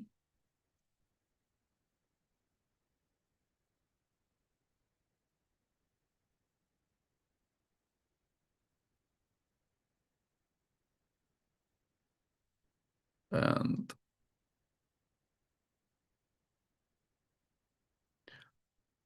okay, I broke DS9 and Windows. Windows is a great system. Sorry. So, if you will not have word coordinate system path in your header, you just will not have a ICRS frame, so you can't understand real coordinates on your sky in your image. So, let's go next. You can download and play with DS9 without my help, I guess. But, for example, scale. Scale, it's about brightness of our images. It can be helpful to adjust with to better view of your image. Just remember this one, because we will need it in Python to make beautiful images, not only in the DS9. And if you have a present, I will not go to presentation because we will change our to FIVI. Maybe you need to open a table, FITS file table. So old-fashioned app called FIVI, FITS viewer. Actually, this tool can open an image, but people usually use it for tables, of course. And you can open a header, of course, but still, for example, let me open.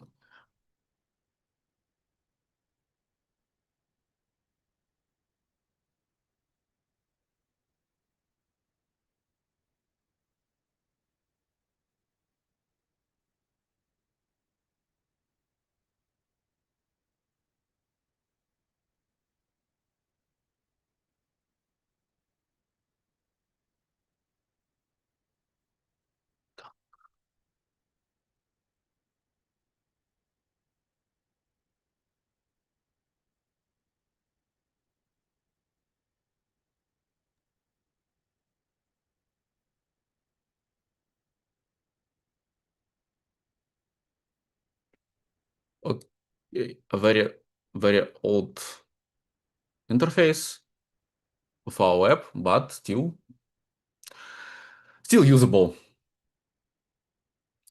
So we can go. Oh, it's a Windows problem. Okay. If you have a Windows, Flux open. So table fits this table. For example, we have a header for each unit. Let me change. Okay, what? Right screen. So we have, as you can see, we have a different HDU or header data unit for our every table. So every header for every table. Table can header cause have explanation what actually table about. For example, just the model names. Okay, let's see.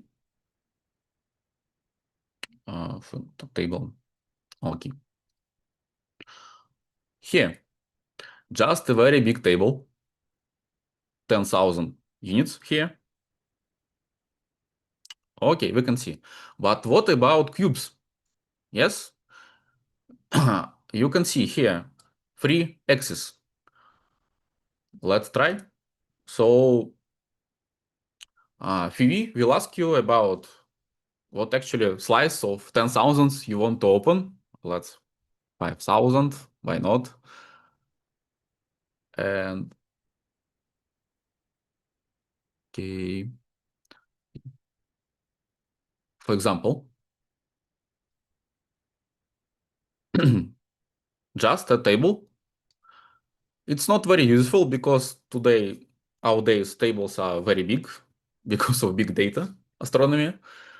But if you need to check your table very fast without Python, so it's the best way to use VV.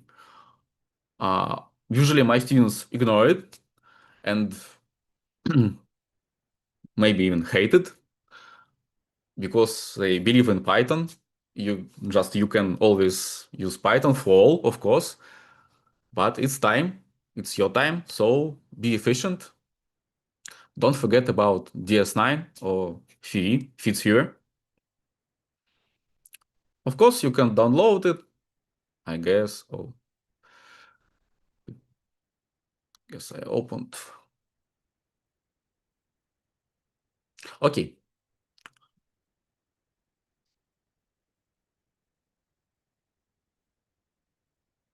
You have a link, but maybe it's the right link. So don't forget to download these apps on Linux or Windows, whatever you use.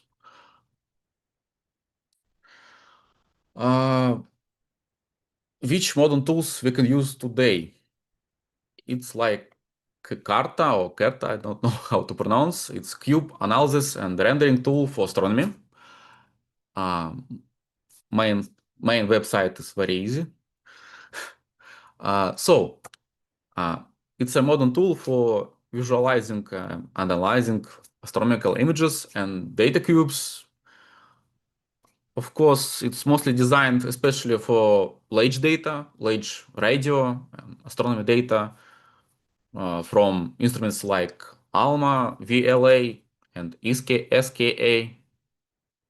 And my main feature, unlike classical local viewers, Kerta uses client-server architecture. So if your laptop or desktop PC not so powerful, large files can be stored and processed on local server of your institute, or maybe server for very powerful server with AI, while users works with them through a web browser or no, just like web interface. And this is important for large feeds files, large feeds Okay. cubes. Hello, sir. Oh, okay. Sorry. Can you please help us to send the link in the previous slide in the chat? Previous, this one. Yes, sir. Send to chat. Yes, the previous slides. No. Okay, this Yes. one. Yeah, that one. Yes, yes, sir. Just send. I will send it later, okay? Don't worry. All right, sir. Thank you. Okay, I have experience with Carta. It was not so easy for me because it's that days it have a lot of errors. Maybe I'm too stupid for using Carta, I don't know. But I think Carta is the future of um, of programs for feeds viewing and analyzing. So I guess you need to start use Carta too, but it's for you. I'm too old. And of course, which modern tools we can use today? Of course, Python. It's AstroPy for reading, writing, and modifying feeds files, units, coordinates, word coordinate system, of course, tables, and time systems. Remember, AstroPy, it's not only about feeds files handling, it's for all astronomy. Photo utils. Photo utils based on IRF experience, as I told before. It's about source detection, aperture photometry, point spread function photometry, and background estimation.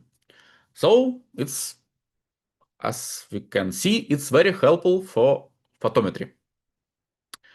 CCD proc, it's for mostly working with CCD, CCD calibration. Of course, CCD calibration you can do with AstroPy for utils, but CCD proc may be more comfortable for this. So it's about bias, dark, flat field correction, and image combination.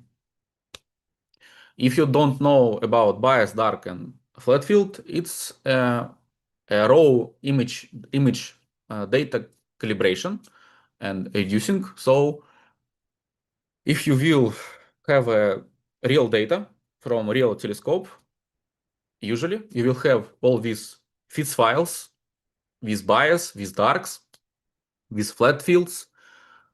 So it's today a better way to reduce them, to use CCD proc or AstroPy for utils, etc. Of course, you can install PyRF.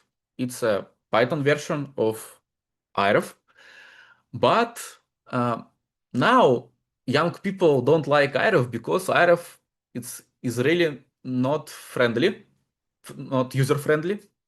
Like IT specialists says, it's very not user friendly. So in in 2026, it's not a good idea to be not user friendly. So we moved to Python. Even for Spectra, uh, we have spec utils. It's for spectral data analysis and line measurements. And of course, we have a Astra query. It's access to astronomical data, catalogs, and archives from Python. It's very, very useful to access data from Vizir, for example, but not only from Vizir. Even you can access data from IRIS or IRSA or IPAC, which I mentioned before. Of course, you can use Astra Query to download your feeds files directly from Python. So you don't need to go to website and download it. You can use Astra Query for everything. Unfortunately, we don't have a lot of time to discuss about Astra Query, but it's pretty easy. It's like Lego for astronomy data. You can read Astra Query documentation. It's very easy to download. Maybe if you want, as I can see in chat, maybe you already use Astra Query, but you don't need to use tab, Gaia tab. maybe it can be your homework to download some data from Gaia, that data release free using Astra Query. So when you will download your tables from Vizir, it will be AstraPy, Q tables. We didn't discuss about AstraPy and AstraPy tables, but I guess it's still very easy to understand because AstraPy have extremely good documentation. So I don't think I need to waste your time to go through every AstraPy. But remember, you can use AstraPy and Astra Query to download. It's very easy. So let's go to our favorite notebooks to see what really happened with feeds files. Okay, I think I need to zoom it in some way. So, of course, as always, you need to input some AstraPy libraries. Not all of them for exactly image in image processing, but as always, we still need all of them. So it's very easy to use AstraPy feeds file handling system.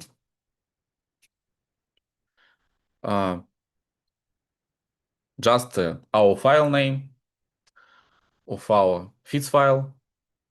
Here, I'm stored in catalog or in folder with my bricks data, bricks notebook. So let's just, okay, it's wrong. Let me, this one. It will be more interesting to see how it works. So let's import all our libraries. Okay, eventually it's working. So our file name, you can see in folder. Okay, so we have a header. A header data units list. So let's see. Oh, we have only one header data unit, and it's primary. So in every its file, as I remember, we have a primary HDU unit. Oh, sorry, just HDU header data unit. So we found it. But maybe we want to see it. So let's make it. So we have a data from our HDU list. And as you can see, we have a zero. So here we have a zero, not one, not other, because we have only one. So in Python, if you have a first, so it's a zero. We have only one header and one data unit. So our data and our header. Our image shape, we can see even, because we have an array, NumPy array, like data shape. It's a usual CCD image in our way. And our data type, just int. So let's see. Yes, NumPy array, again, shape and the data type. But what about header? Of course, you can see a header.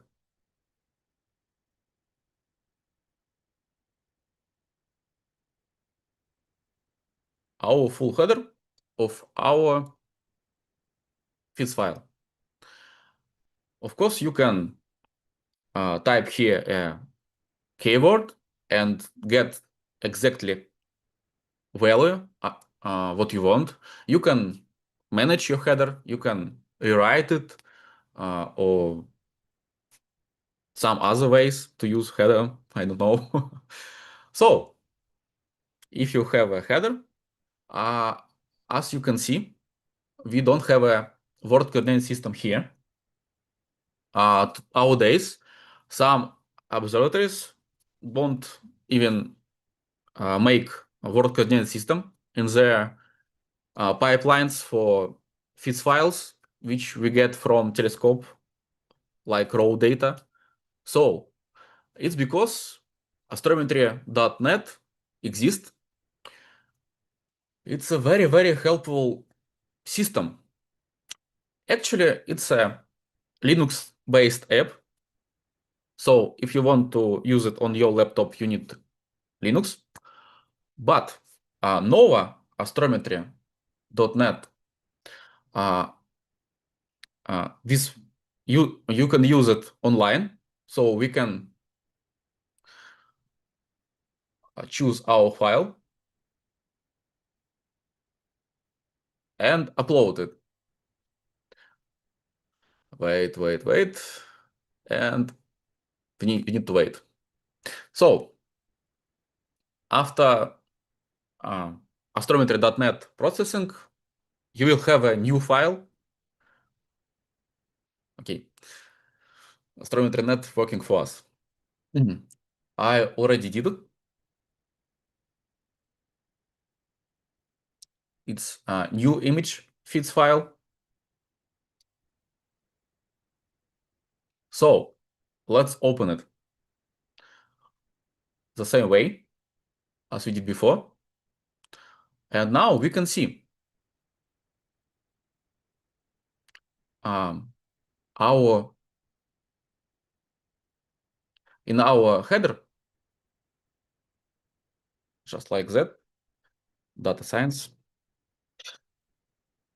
Now we have a much more bigger header because Astrometry.net make in our FIS file best world coordinate system header, best which you can get in all days.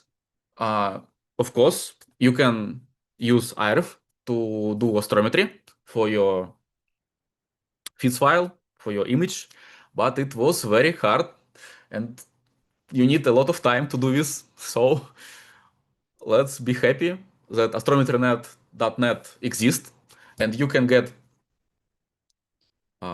best astrometry astrometry and world coordinate system header. So great. Now we can get our image astrometry.net a lot of loves comments. So now we can use our header data like CD matrix elements to get our pixel scale. So how much arc seconds in pixel, for example, let's with simple code make our pixel scale. So after this, you can understand actually your field of view of your image, exactly of your telescope. So of course you don't need such code in our great future. So just scale from world coordinate system, and I did not.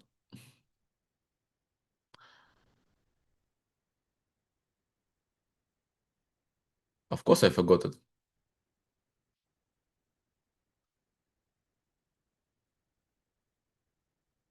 But where? Okay, from coordinate system.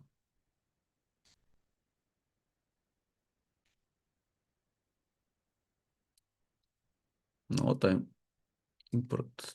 Oh, okay. I guess no.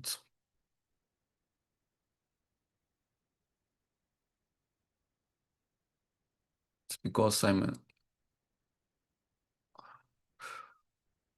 okay. Now, sorry. So, very helpful function, small. So we have a scale in such way, not really human readable. So let's use AstroPy units and convert it to arc seconds. So in 1 hour pixel, we have a bit much more than 1 arc second.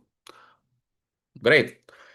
So let's actually show our picture from our image, from our phys file using Python.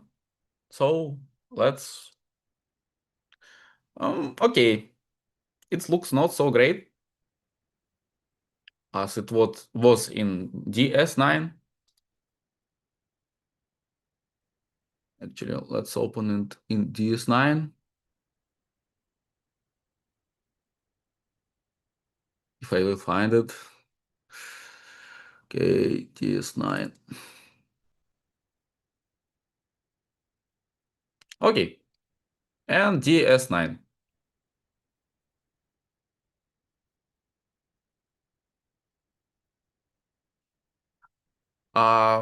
First problem, as you can see, there is a pixel, not astrometry, right ascension and declination, first problem.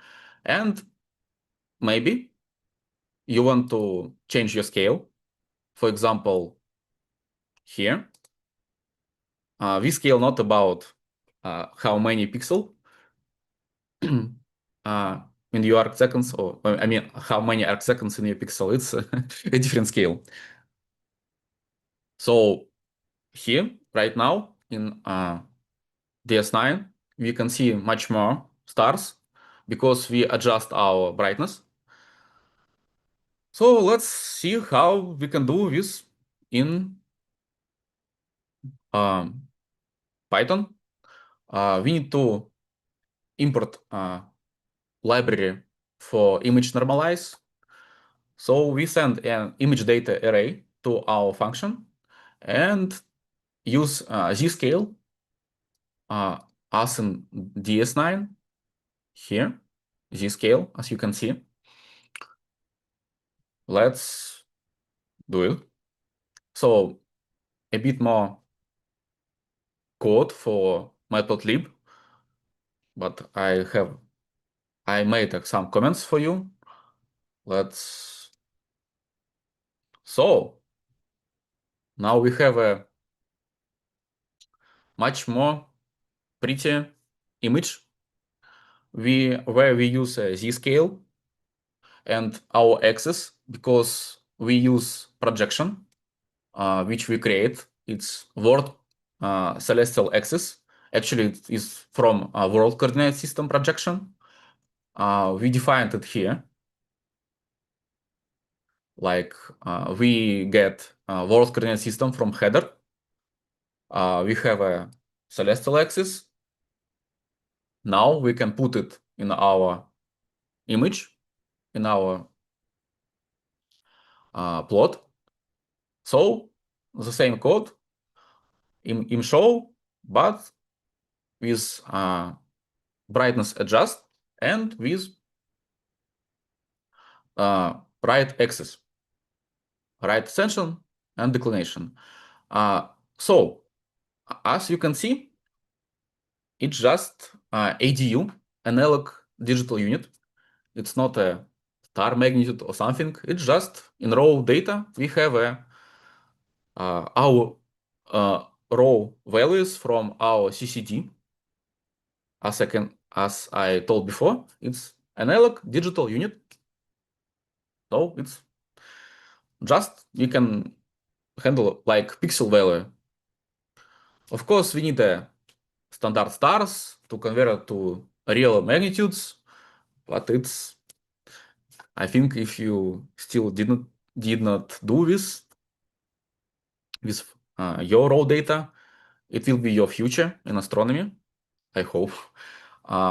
Because I think every student need to work with real data and make one time in life a full pipeline of data reduction and analysis. So, what about beautiful pictures like in Aladdin? Of course, we can do it. But I think it's not so useful for you in your first steps in astronomy. But for example, you have a SDSS, for example. Aladdin in Russia sometimes. Okay, sorry, no Aladdin for Russians. But let's do this. So we have a RGB image of NGC 6976, but it looks not so great because of brightness adjustment and no word coordinate system. So maybe we can do some brightness adjustment. So looks like more better. It's very a lot of features you can do with RGB images. Of course, AstroPy have a great documentation about it. Actually, with examples from AstroPy, you can use it. You can make beautiful images to show your friends. But in astronomy, of course, usually we have monochromatic images from one filter. So photometry for one filter. And usually we don't need with such RGB images. So you can ask, what about tables? Because it's very useful to store your data in tables, in feeds tables, maybe even more efficient if you will store your data in feeds tables in binary tables. But of course, you can say nowadays we have other useful formats for binary data storage. And of course, you will be right. Such from NumPy and PZ files or HD5 files. But in astronomy, usually very easy to handle feeds files. So don't forget to use feeds files with binary tables if you want to storage really big data, astronomy data. Even if you need to work with very large files from some service, you can always use feature in Python and use memmap. When you open your feeds file, you can use memmap argument here.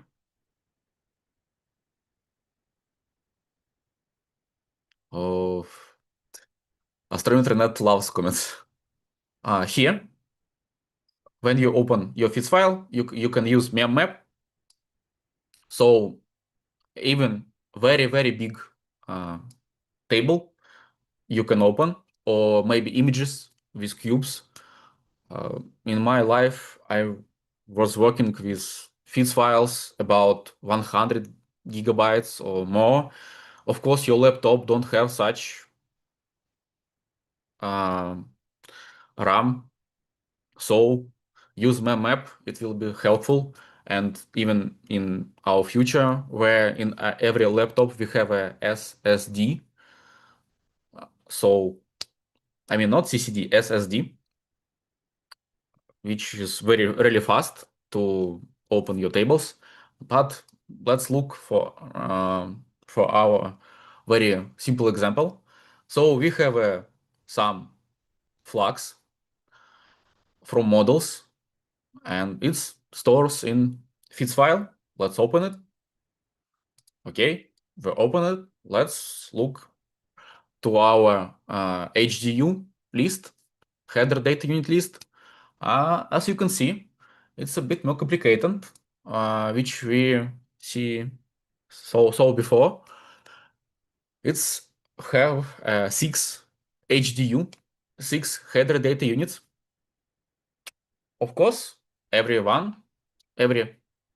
header, every HDU have a own header. So let's see.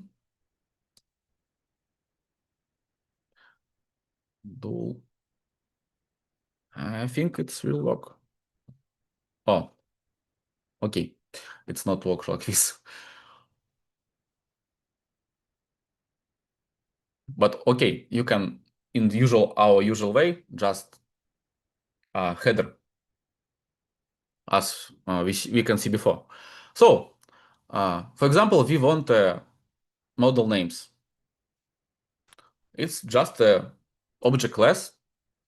So again, we can like header, but like we can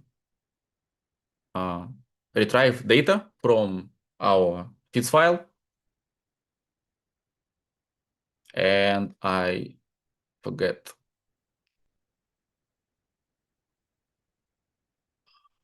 I looked for interesting data for you. So, spectral info from our tables, feeds tables. Actually, we get a NumPy array from our feeds file. Of course, no NumPy array in our feeds file. It's just AstroPy reading this feeds file just to NumPy array. Remember this. And we have a wavelength and frequency. Just a table of our frequencies and wavelengths for our models. No, just not much. For example, unit values. Okay, this is our cube data, yes, because our shape 120 and 200. So it's a cube, and you have a lot of NumPy arrays, and you can access every NumPy array and handle it in your modeling, in your science work, or other ways you can handle your feeds files. So I hope I didn't forget anything to tell you about introduction to feeds files. Of course, a lot of features I forgot to tell you about feeds files, and we don't have so much time to discuss all features. Of course, as I told before, you have a brilliant documentation. Of course, not every time it's brilliant. Sometimes it's have some errors. So be ready to go with errors from documentation, but it's still very easy to fix. So don't be afraid to use AstroPy. I can say I really recommend you to use AstroPy units. It's very useful to use to forget because when people don't use AstroPy units, they do a lot of errors with units converting with just Python, like in. Okay, it's just my opinion about AstroPy units. Some people hate it. Don't forget about AstrometryNet. Oh, AstrometryNet did a file for us, so full size. As you can see, astrometry already detected, AstrometryNet, I mean, already detected some stars for you, and you can watch all logs. It's very interesting to explore, so don't forget about AstrometryNet, about Aladdin, and about IRSA. And remember about AstroQuery. I'm sorry we don't have a time to talk about Astra query, but usually, let me find. Oh, it's a mess. Astra query looks like this. For example, we have a Gaia main table. Okay. Okay, my Python is overloaded. Okay, it's working. Unstable as always. Don't worry. Let's use AstroPy coordinates. Yes, it's from AstroPy coordinates, Sky Coord. I hope you already know it. If you don't know it, I think you need to explore it in AstroPy. So let's do our request to Gaia, and we will wait.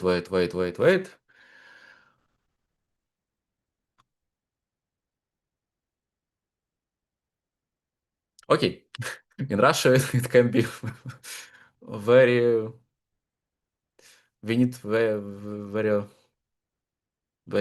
much time. We need much time to download it. Okay, we downloaded. So we got something. Let's see. So we have an AstroPy table, AstroPy Q table, which all data from Gaia for our box with such coordinates. I mean, with such coordinates, and it's very small box. So you already can get AstroPy AstroQuery data table from Gaia. Of course, it has a lot of features how to use AstroQuery, but again, we don't have a time. Just remember, it's very useful to download directly. Just I recommend you, when you will download just AstroPy table, you can storage your data on your SSD or HDD by saving your tables, AstroPy tables. There is some ways to save your AstroPy tables. You can even save your AstroPy tables like feeds file, like feeds table, and view it in feeds viewer very fast. So use it, don't forget it. So maybe you have some questions, and sorry for my accent.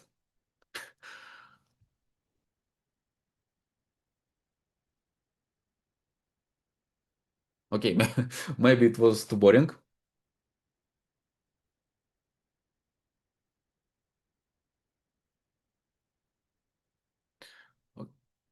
Okay.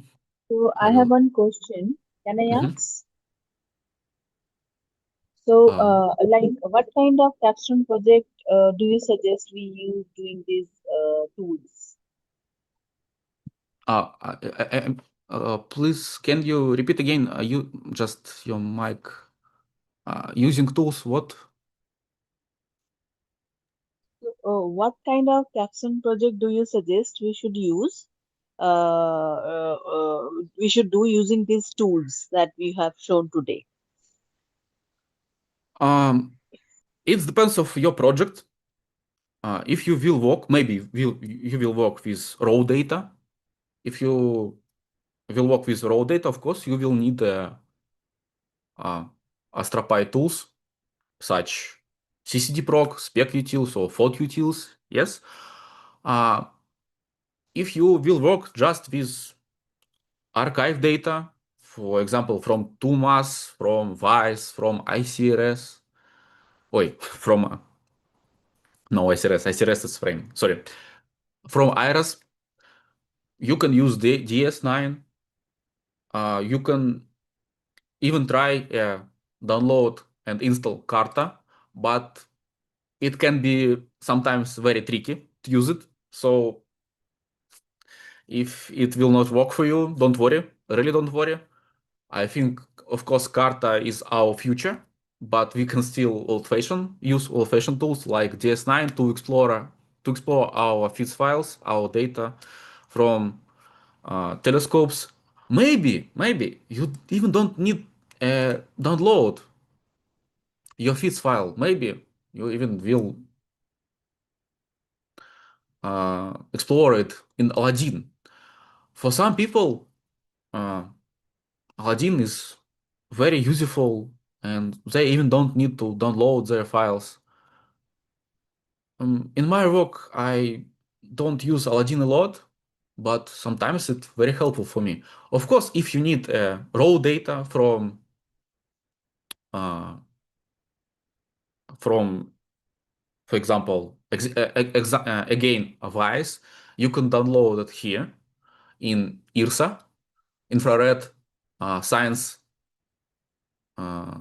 access, if I remember right. So you have even IRSA viewer here. You can view and examine your files here, yes? But if you don't want to use online version, you can download it like image feeds, yes? So it's up to you what you love more. Of course, you can do this in this Astra query, yes? Let's Astra query.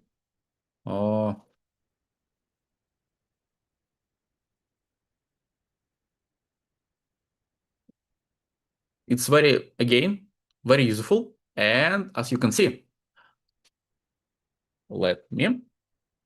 even James Webb archive you can get from Astra query. People love it, as I know. IRSA image server and IRSA queries, as you can see here. So your screen is not visible to us. Oh, sorry. Okay, again, sorry. So much.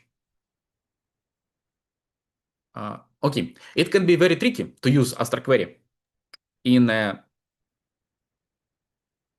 way to use not only Vizier.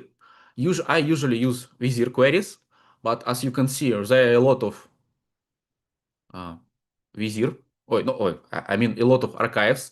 Even James Webb, people loves it, as I told before. IRSA queries. So you can download your FITS files from IRSA here directly through Astra query.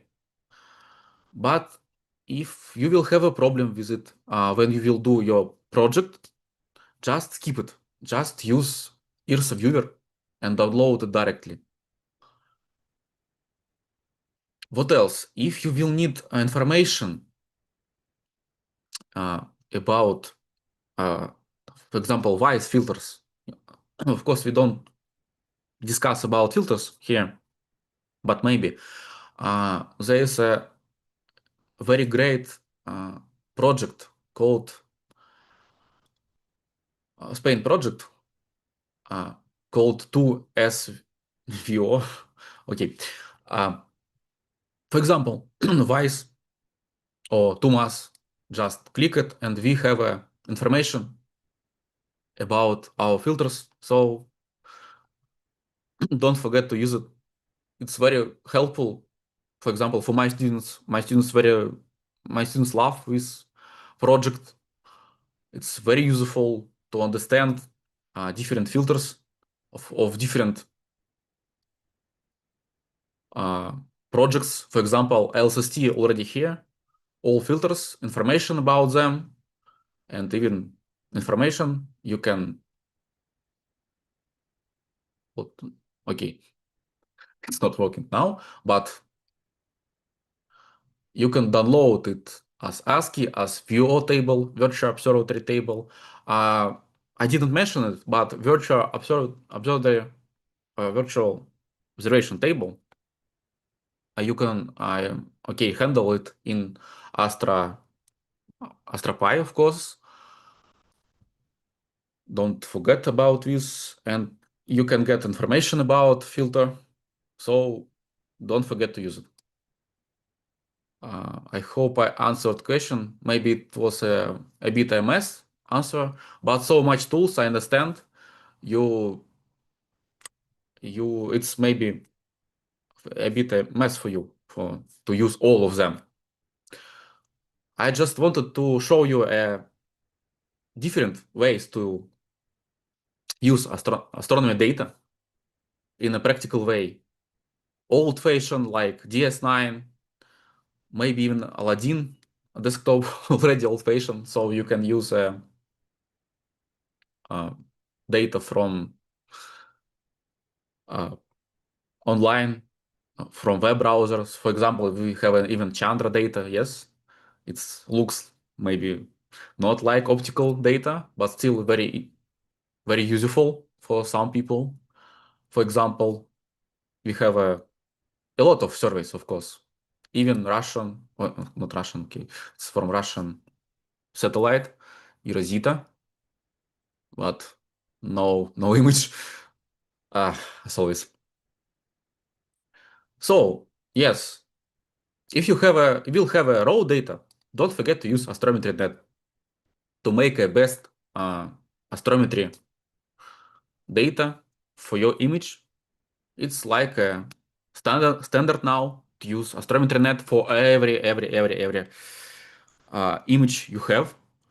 And small life hack, if you will do some just playing with your maybe mobile phone photo, and you will make a image of night sky, and you want to make from JPEG from your phone a real FITS file, and this FITS file will contain a RGB, so it will be a cube FITS file, FITS image file, and you will have a word coordinate system to your image, which you get from phone or your photo from somewhere of night sky. I mean, it's not useful for science astronomy, but maybe will be funny for your astronomy life, just because I guess you all here love astronomy and sometimes go to and see night sky, and maybe you make some photos of a night sky, just not for science, just for you. Small notice. So any other questions? Oh, in chat.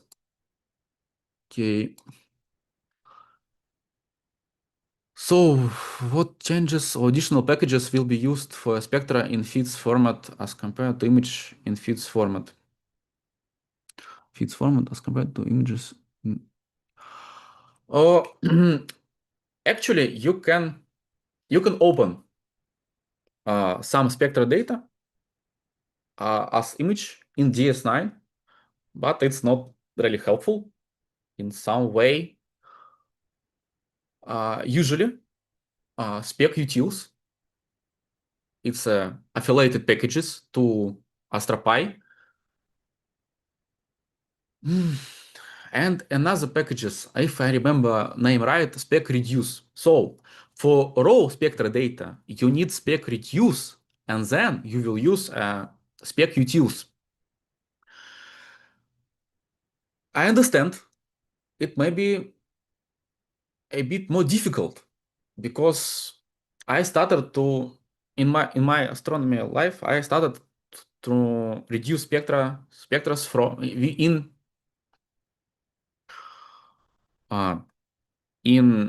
IRF, of course. So believe or not, sometimes it's very difficult to me to make a spec reduce in Python, but I think future of spec reduce or spectral analysis, of course, in Python. So yes, it's a lot of changes how we reduce spectra in IRF or in Python.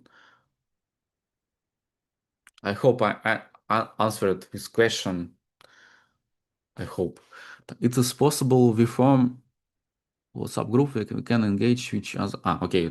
I think it's a question not for me. I can see your screen. Yes. Sorry. I guess Jupyter notebooks from Priya already on GitHub. You can see it here. It's pretty good with even homework for you. Don't forget to do it. It's about okay image how to show it. Okay, it's about RGB. It's about RGB. I love this notebook, but it's to make beautiful images, which sometimes very good way to present your science results if you're working with raw data. But okay, I will send to Daniel my notebooks about these files. Maybe it will be helpful to you to use it because it's more practical in just usual images with astronomy axis and brightness adjustment.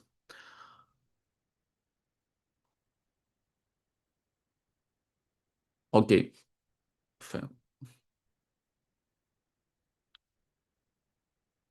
So if you have another question, you can type it in chat.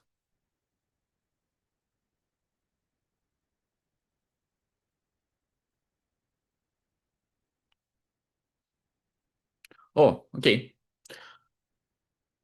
So thank you for listening to me whole hour and listening my awful accent. I know. I hope even if you don't understand my awful accent, my notebooks will be helpful for you and information about practical usage of astronomy feeds data will be helpful for you.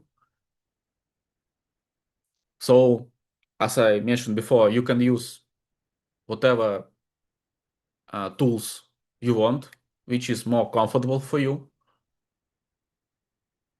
Download as it's comfortable for you. On my course, of course, my students usually use Astra Query and AstroPy and usually do all reducing from all reduce from Python.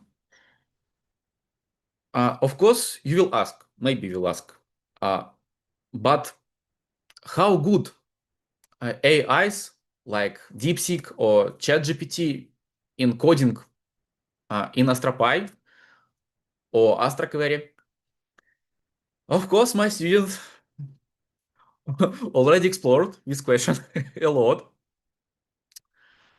Of course, sometimes modern AIs can do a very good code, but sometimes it's really mess. What I can say about when you use DeepSeek or ChatGPT or some other, they can make a lot of garbage code, which human never will type. But a main feature is this code actually work. If you will type right prompt, I guess in easy examples or easy ways, in 90 or maybe 80% code will be work right. So it's a big ethical question about if we need to use AI to make a code in astronomy. So I will leave this question to you as our future, our young astronomers. I hope in future you will tell me about AI in astronomy and how it really works, good or not, in typing AstroPy code.